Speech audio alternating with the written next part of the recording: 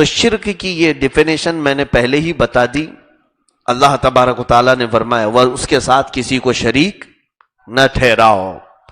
اللہ تبارک و تعالیٰ کے ساتھ شریک نہ ٹھہرانے کا کیا مفہوم ہے، کیا مطلب ہے، اس کی تفسیر گزر چکی کہ عبادت میں بھی کسی اور کی نیت بھی نہ آئے، حتیٰ کہ ہم رسول پاک صلی اللہ علیہ وسلم کی بھی عبادت نہیں کرتے.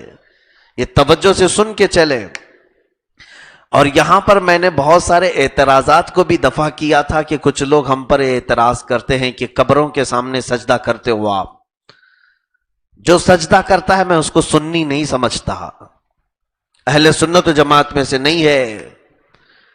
اگر قبروں کے پاس وہ سجدہ کرتا ہے تو وہ حرام کام کر رہا ہے، اور اگر قبر کو خدا سمجھ کر کے کر رہا ہے تو اس نے تو شرک کیا.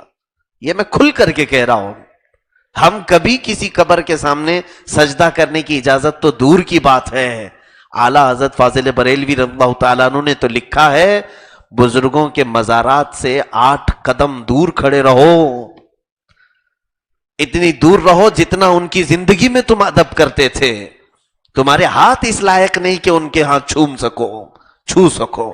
تم تو گناہوں میں آلودہ آئے ہو. بہرحال یہ ہمارے جذبات ہیں کہ اگر ہم چومتے ہیں یا پھر اگر چھو بھی لیتے ہیں تو یہ نیت کے ساتھ کہ ان کی برکت ہمارے جسموں میں آ جائے، باقی عبادت کی نیت ہماری نہیں. ایک کسی صاحب نے سوال کیا کہ کچھ لوگ طواف کرتے ہیں، قبروں کا طواف کرتے ہیں، تو کیا یہ شرک نہیں کر رہے ہیں؟ میرے عزیز، شرک کی ڈیفینیشن سمجھو پہلے. طواف اللہ کا بھی تو نہیں ہوتا نا. اگر صرف اللہ کا طواف کر رہے ہوتے اور پھر کوئی دوسرے کا طواف کرتا تو آپ کہتے شرک کیا. خدا کا طواف ہوتا ہے؟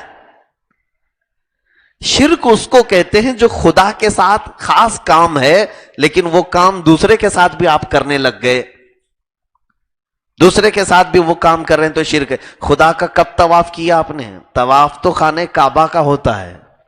ہاں البتہ جن لوگوں نے قبروں کا طواف کیا اگر وہ اس طرح کا نیا کام شروع کر رہے ہیں تو وہ بدعت انہوں نے کیا ہے. حرام ضرور ہے، شرک نہیں، حرام ہے.